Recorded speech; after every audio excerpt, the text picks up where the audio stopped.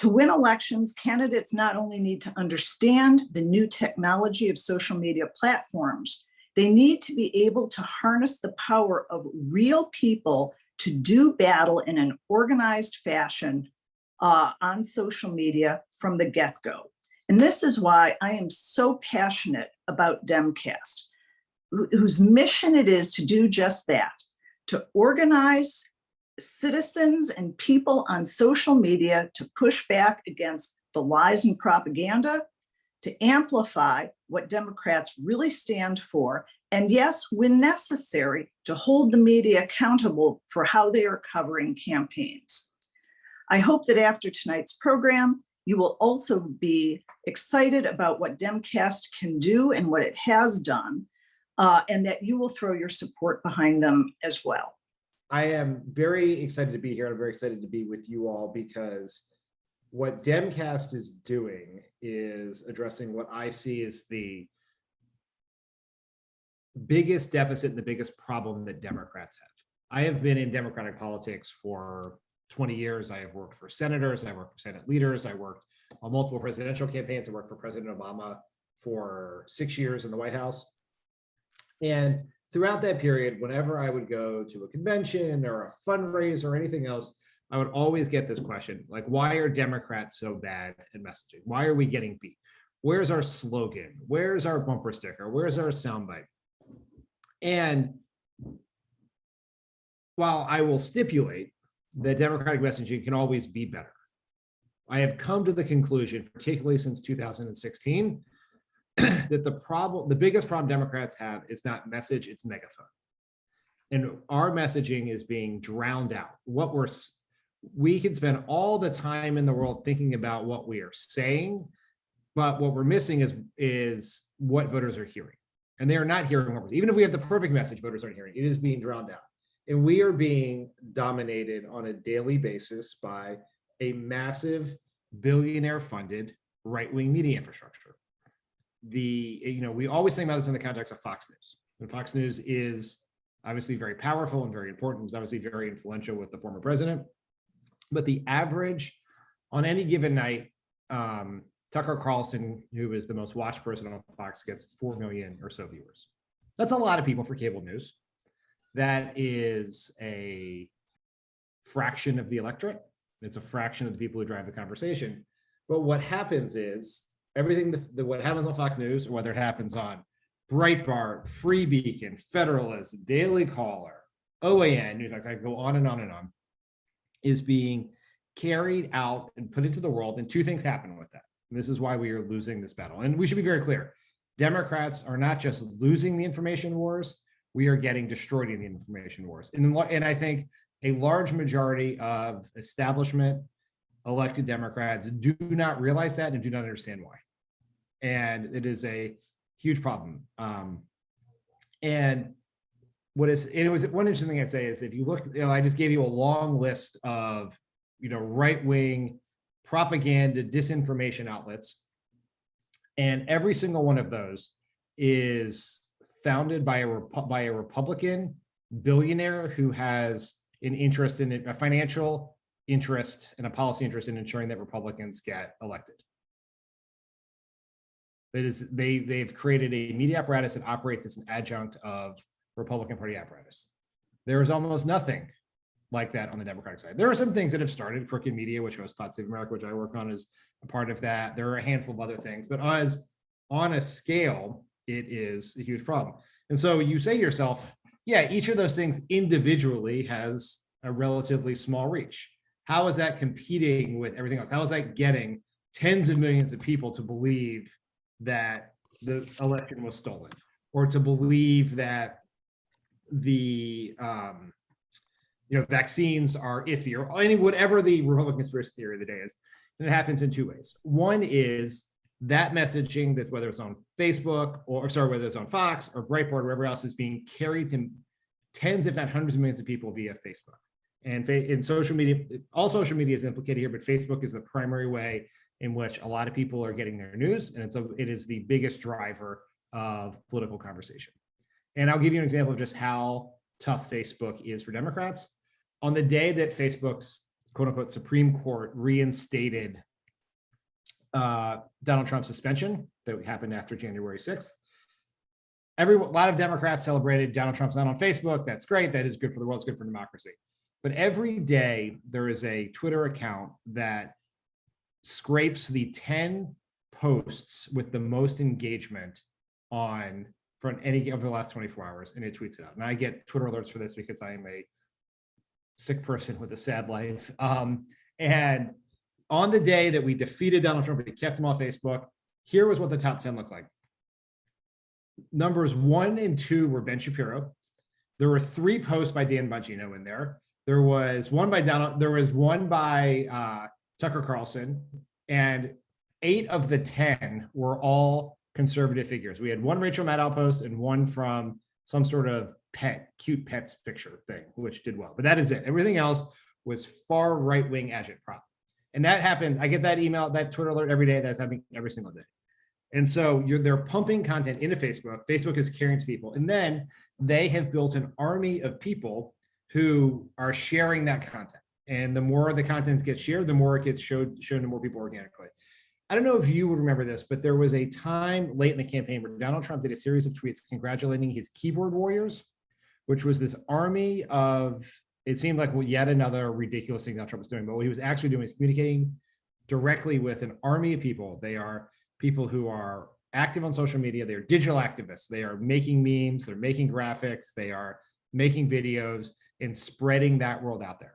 There was almost nothing like that other than DemCast, which I'll get to in a second, happening on the Democratic side. We are getting outworked, outmanned, out amplified in every way, shape, or form. And the primary reason why that is happening is twofold. The first is the overwhelming majority of people who are the decision makers and the power players in Democratic politics still believe that the best way to get your message to people is twofold. One is paid advertising, usually through television ads. And 2 is through the media, that we're going to decide that we're going to give our message to the New York Times, the CNN, the Washington Post, and we're going to ask them to give it to our voters. 2 problems with that. 1, media not trusted by a lot of people. 2, very limited reach. In fact, mostly speaking to people we already have. And 3, they're taking our message, they're putting it through their own filter and then giving it to voters. And when you see all these polls that say why about how Democratic voters do not know what's in the Build Back Better bill or whatever else, and it's because we're relying on the press, which has no interest, right? They have their own interests. In many cases, those interests are noble, but they're not our interests. It is not their job to communicate positive message about Democrats. It's not their job to communicate negative messages about Republicans. It's their job to do journalism and make money for themselves. And when you hand over control of your most important asset, your message, to people who don't share your interests, you're going to lose. And I think that the second part of that problem, and this brings me to why we're here tonight, is there are millions, as evidenced by the 2020 election, there are millions and millions and millions of activists around this country who are willing to spend so much time and energy working to elect other Democrats. And we used to think that that was only by knocking doors or making phone calls, but we learned during the pandemic, people will sit at their computer, or whether they use their phone, they will text people, they will use these auto dollars and make also do all of this. And the problem with, I think, a lot of thinking within the Democratic Party is that we think of our voters or our activists as ATMs and telemarketers, right? And we don't recognize that each and every one of them are a message amplifier. They have in their pocket, in most cases, a phone that has with a network on average of more than 100 people, whether that is their phone contacts, their Facebook friends, their Instagram friends, people they follow on Twitter or TikTok. They've accessed these people and they've influence. And there was a really interesting study from the American Press Institute that came out late last week or early this week, I can't remember which, that showed that people now put more value and trust in a news article based on not on who wrote the article or what publication it was in, but on who shared it. And that is the power that we all have, because there are people out there in our lives, they may be politically active, they may not be politically active, who will believe something if we share it with them, as opposed to if they just read about it, because of this natural skepticism towards the news. And so that is why I have been such a big fan of DemCast and what they're doing, because that is the first organization that is working to turn Democratic activists into message amplifiers. And I believe the only way we can sit around and hope that some liberal billionaire is going to buy Fox News from the Murdoch family and shut it down, or we're going to figure something else out. But the only way that we're going to have any chance, and we need to obviously invest in progressive media, like working media, of course. But the only way we're really going to compete is if we build this army of activists who are going to carry our message, because they may have the money, but we have the people, and this is our chance to do it. But we have to do it at scale, and that is something that Nick and Lori and the team at DemCast are doing. Look at all that has happened in the last 10 months since Joe Biden became president. We had COVID packages that passed. We had the infrastructure bill that passed. We're on the verge of a Build Back Better bill, but yet the president's numbers are in the tank. And so are most Democrats. We are fighting to get out of a hole in 2022. And that is in large measure exactly what Dan was talking about the social media content. We cannot rely on the media. We can't rely on all of the traditional ways of doing things. And when you think about what Dan was talking about the machine and the army that Republicans have every day that's pushing out there, and Democrats playing an uphill battle, I want to mention my race a little bit in 2017, because we're the flip side of that on a much smaller scale. Remember, in 2017, I was the only race going on at the time after we had the Virginia race, we had the New Jersey race, but they didn't get incredible amounts of attention, not anything like we got in December of 2017. And our campaign was very compressed. I was a lawyer, I wasn't doing social media in May of 2017 when I decided to run for this office. I can remember my campaign treasurer, who had no experience in social media, texting me at night, excited that we had another 50 likes on Facebook. Now we were up to 100 or 150. It was just, and that's the way we were doing it. We were doing old school kind of things. Then as it became clear that Roy Moore was going to be the nominee, that's when David came into the picture and talked to all of us, helped us learn what the social media would do and how it would go. It would help for fundraising for somebody like me outside of Alabama, but more importantly, build that army. And we started to work. And what we were able to do with DemCast help, with David's help and so many others, build a messaging army on a single race, build an infrastructure from scratch based around one single race and a single candidate. I didn't have any help from the Alabama Democratic Party. We effectively didn't have one at the time. I was getting some help from the DSCC. I was getting some help from the DNC, but it was our infrastructure on social media that really built this. And we were lucky. We were really fortunate running against Roy Moore, who had no social media presence. The best social media he had was, his horse and not a real message. And he wasn't getting any help. After a little bit, the Republicans saw who he was. And so that message machine that would have normally been in place was not there for him.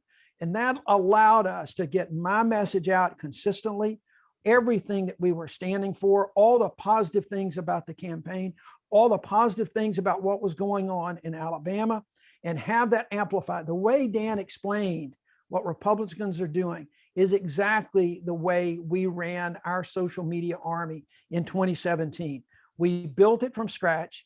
It got out there, and that brought in dollars for my candidacy, and it brought in volunteers all across the state, all across the country that came into Alabama to knock on doors, to be those telephone operators that Dan was talking about. But we had that army that was out there. It was an incredible, and we built on that. Now, candidly, I did best, Biden by 7 points in this race, based in large part on the infrastructure and the army that we built. It could not in 2020 compete, though, with the legions that the Republicans had to throw at me. Dan, Alicia, I think, was talking about how you get wrapped in defunding the police, socialism. All of that was thrown at me. And our army did a heck of a job, but you could not overcome just the legions, just the day in, day out absolute lies that were out there, some coming out of my opponent's own mouth. So to say we're behind is an understatement. To say that we need people like DemCast is also an understatement. We've got to have them. I'm just telling you folks, we've got to have them. If we don't have organizations like DemCast has been the leader of for so long now, we can't sustain the occasional victory that we saw in 2018 when we had a bigger majority in the House. We can't sustain the victory of Joe Biden because remember, while everybody loves to look at the 7 million votes that he outpolled Donald Trump across the country, when you get right down to it, he won by 40,000 votes among about 3 states. That's just the way the map is not good for us in the presidency, and it's getting worse for us in Congress. If we want to sustain these victories, we've got to start building this, and we've got to get people to understand how important it is, not just candidates and not just our party structures, but we got to get the grassroots folks out there to understand how important this is and how they can help with this by amplifying the messages. The one thing that I want to mention again, Dan talked about this, is that we're getting beat on the megaphone. And I may disagree with Dan a little bit about our message because I do think we're kind of inconsistent among ourselves and we need to have some more consistency. But the problem that we've got is that with the megaphones that these guys have against us, they take the inconsistencies and they pull out the things that help them the most. And that's what they amplify. We don't have the ability to amplify all the consistencies. And I'll leave you with the last point I'll make about that is if you look at what has been going on with Democrats in the Congress all summer long, you've heard at the media, social media, all they've done is play up the differences between the moderates and the progressives. That's all we've heard, the differences in the amount. But if you go back and you look at the tweets and you go back and you look at the interviews and everything that everybody has said, they've always ended by saying, we want to get something done. We're there for the American people. We want to get a bill passed. That hasn't been amplified the way it should be. And that's what DemCast is able to do. That's why they come up with a Democrats deliver. And so going forward, we're going to have that message. We are where we are right now in part, not just social media, but in this country, because Republicans started that about 30 years ago. And they really started working that. And if you really think about this, the social media platforms that people are talking about are really made for local issues and local races. Look what's happening in school boards around the country. And they're organizing on Facebook. They're getting these groups together and they're letting people in, and if they don't like what they say, they kick them out. So it's really, the platform is really made, I think, for that, to try to work on these local issues, candidates, but also issues, whether it's school boards or city council races or the local mask ordinance that might be going into place in a city. We want everybody on this call to become a bundler for DemCast. That's the bottom line. Okay, get the word out. Help us. I mean, look, we're here asking for help. I'm trying to do that. We're trying to get anybody that you know, whether they're a small donor, whether they're a large donor. It doesn't matter at this point. We really just need the help. So we want to build this grassroots and up there, so everybody on this call can be a bundler, set a goal for yourself, and help us out. For decades, communications as construed at the White House level, the campaign level, the party level, is really a proxy for the term press relations. It is, how do you manage the press? How do you respond to the press? How do you use the press to get your message out? There has been a robust and very smart, aggressive group of people who've been working on the digital side of this, but there has been a wall between the two sides for a very long time. And it's come down a little in some ways, but primarily most people in the party still think about communications as something you do through the press. And I think the only way, and this is something I've been selling with very little success all over the party for a couple of years now, is that the only way we're really going to solve that problem is we have to break down the models of how communications operations are set up on campaigns and Senate offices and the White House. We've taken it all the way down the ground, because after Obama won in 2008, I was working on the transition. And one of my jobs was to figure out how we set up our White House communication staff. And a very nice scholar brought me these org charts of all of the White House press staffs going back to Carter. And you take Carter, Reagan, Bush, Clinton, Bush. Despite the fact the internet was invented in the middle of that period and everything changed, cable news started, there was a dramatic similarity between those models, and that still, we continue to build on an old broken model as opposed to having the courage to take it down and start an entirely new model. And that's scary to people because everyone's job titles mean less than they used to if that happens. So. Yeah. I mean, I think that's an excellent insight. Probably it was to Trump's advantage. Apparently, he didn't care about winning the presidency because it freed him up to innovate, put the ball in the air. What the heck? I don't care. Win or lose, I win, right? So do you think these discussions, Dan, are being had right now in the party? Is there a little more support for innovating? Yes, there is. It's a very, trust me as someone who was there, it is very, very hard to do in the White House. There are all kinds of bureaucratic structures that make it hard.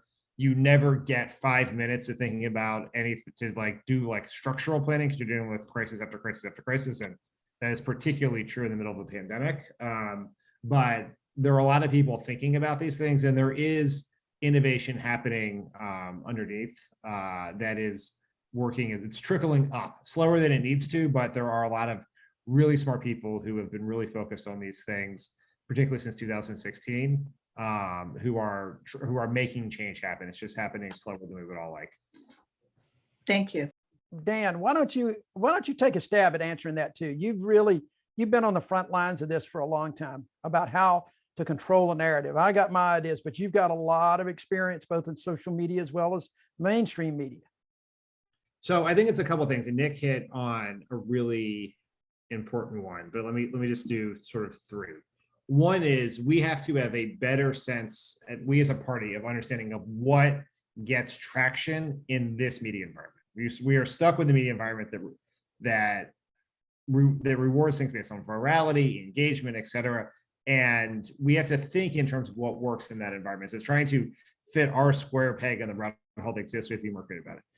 Two is we have to recognize also that conflict sells. Doesn't mean we have to be we don't be like Trump, we have to be Republicans, so we have to be more aggressive. Three, we have to be more omnipresent. You have to fill the void. That was one thing, the mastery of what Trump did. And Joe Biden cannot be Trump. He should not be Trump, but Trump held the nation's attention for 4 years. We don't have to do that, but we have to be out there because you're either shaping the narrative or the narrative is being shaped by you. And the fourth thing is Nick's, which I think is really important, which is volume, right? The reason we control the narrative is there are all kinds of tactical things we could do better, but the bigger problem is structural, which is they just are dominating the space. They're drowning out what we're saying. The more people, the more investment in DemCast, the more investment in progressive media ecosystem, the better opportunity we're going to have to compete, because it's not a level playing field right now. Couldn't have said it better myself. Thank you, Senator. Well, everyone, this has been fabulous. I hope we've answered all of your questions. And if we haven't, Nick and Lori have offered to make themselves available. They're very accessible. I really appreciate everyone tuning in for this event to learn about DemCast. And I want to give a particular shout out to Dan Pfeiffer and Senator Jones. They're very busy people. And it means so much that you're behind this project.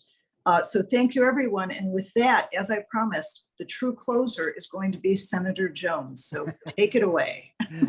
Thanks, Alicia. I'm going to close a little bit with a somewhat response. I think Amy hit really a very, very important question. And what is going to take, but DemCast is working on what it's going to take. It's not only increasing the megaphone, but it's trying to make sure that people have that discipline. That's a real key. Democrats haven't always had this discipline. We get hit and we want to hit back. And we instead of doing the narrative and controlling the narrative, we got to develop that discipline. If we develop that discipline, we develop that message. And then we develop both of those, we control a narrative. Maybe not the whole narrative, but we don't have to control the entire narrative. But if we do those things, and that's why I think it's so important for an organization like DemCast with such reach that they have, such ability to work with other organizations. It's like that ripple in a pond. It's going to spread out. The messaging is going to spread out. Look, I think we're in a tough spot right now, but I have just incredible hope that with folks like DemCast out there, with the discipline of candidates and others and organizations, we're going to be able to start doing some of these things that all of a sudden it has taken us to get to a point where we've got control of both houses of Congress and the presidency, but yet doesn't seem to be getting the kind of public traction that we need to be for us to open our eyes and see what's going on. There's an opportunity there, folks. For every time you see something happening, there is an opportunity. We've got that opportunity now. We've got the opportunity to build it, to do something good in 2022, to do something good in 24 and beyond. With your help, we can continue to build that using DemCast as the model and bring other folks into the fold. So thank you all so much. To all of you new bundlers out there for DemCast, thank you so much for being on there with us tonight. Y'all have a great night and a happy holiday season to everyone.